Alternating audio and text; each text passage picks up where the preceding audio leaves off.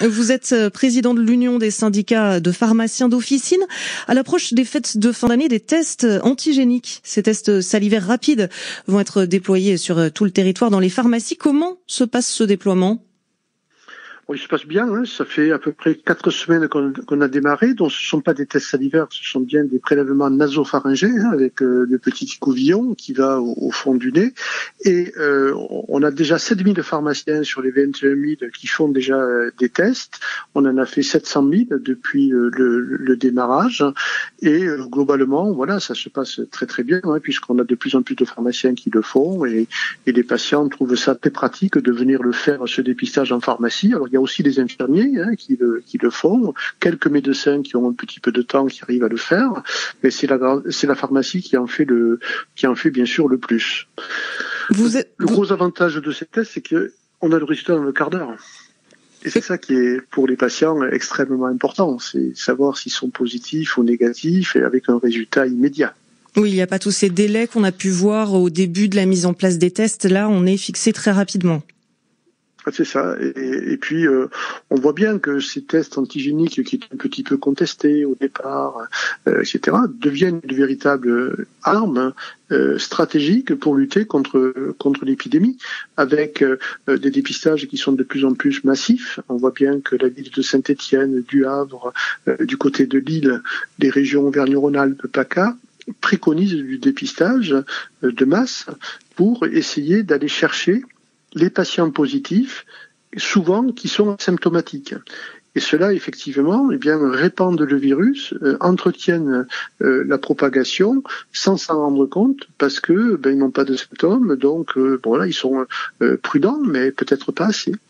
Se faire dépister, c'est donc une bonne solution, une solution de bon sens avant Noël, mais est-ce qu'il y aura suffisamment de tests pour tout le monde ? Alors, le ministère vient de nous demander d'augmenter notre nombre de tests disponibles en pharmacie. Les tests sont disponibles, ils existent, ils sont là, et on arrive à en avoir sans trop de difficultés. On a eu des difficultés au départ, mais maintenant, ça y est, on a un approvisionnement, donc on va pouvoir dépister de façon assez massive, mais il faut faire très attention sur ces dépistages. Ce qui est important, quand on a le résultat et qu'on est positif. Bon, les choses sont claires, on est positif, il faut s'isoler pendant 7 jours et ensuite, bien sûr, dépister tous les patients en contact qui ont été à proximité de la personne qui vient d'être dépistée. C'est comme ça qu'on arrête les chaînes de contamination et que l'on fait en sorte d'éviter que le patient zéro continue à propager le virus. Quand on est négatif, c'est pas pour autant, on fait ça à quelques jours des fêtes, c'est pas pour autant qu'il va falloir embrasser sa grand-mère, enlever le masque, ne pas se laver les mains et être à table ou faire la fête entre amis sans précaution. Ça, ce serait la pire des choses parce que ça, on le paye 15 jours après, au mois de janvier. Donc si vous êtes négatif, vous allez pouvoir mieux rencontrer vos amis en respectant les limites de personnes, les gestes barrières, etc. Mais vous ne levez pas la garde.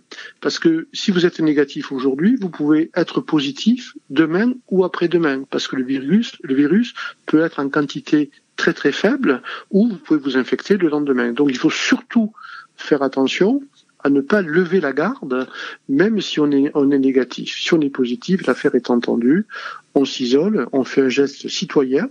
Moi, je parle même d'un geste héroïque, parce que se faire dépister, c'est rendre service à ses proches, faire en sorte que le réveillon de Noël ne se transforme pas en drame familial. Et ça, c'est très important. On l'entend, votre message, ne pas se relâcher, d'autant plus que ces tests, ils sont quand même un petit peu moins sensibles que les tests PCR classiques. On peut potentiellement être infecté et avoir un résultat négatif. Donc c'est pas non plus une solution miracle.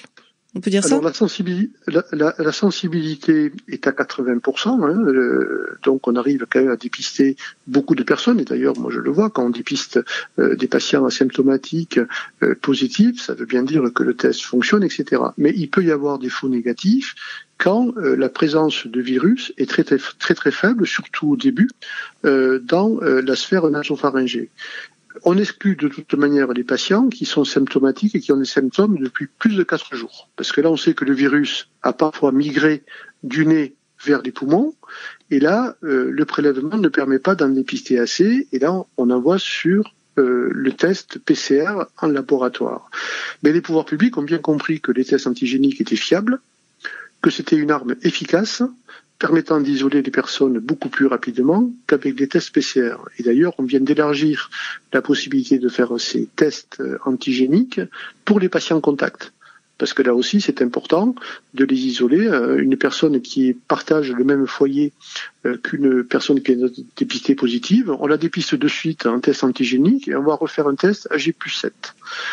Donc, ça montre bien que les pouvoirs publics ont confiance en ces tests. Et d'ailleurs, ils vont être sélectionnés de façon beaucoup plus drastique maintenant, puisque c'est l'agence du médicament qui va demander à refaire toute une série de contrôles sur les tests qui arrivent aujourd'hui pour garder les meilleurs et rester sur de la fiabilité. Merci beaucoup Gilles Bonnefond d'avoir été avec nous ce midi sur RFI. Je rappelle que vous êtes le président de l'Union des syndicats de pharmaciens d'officine.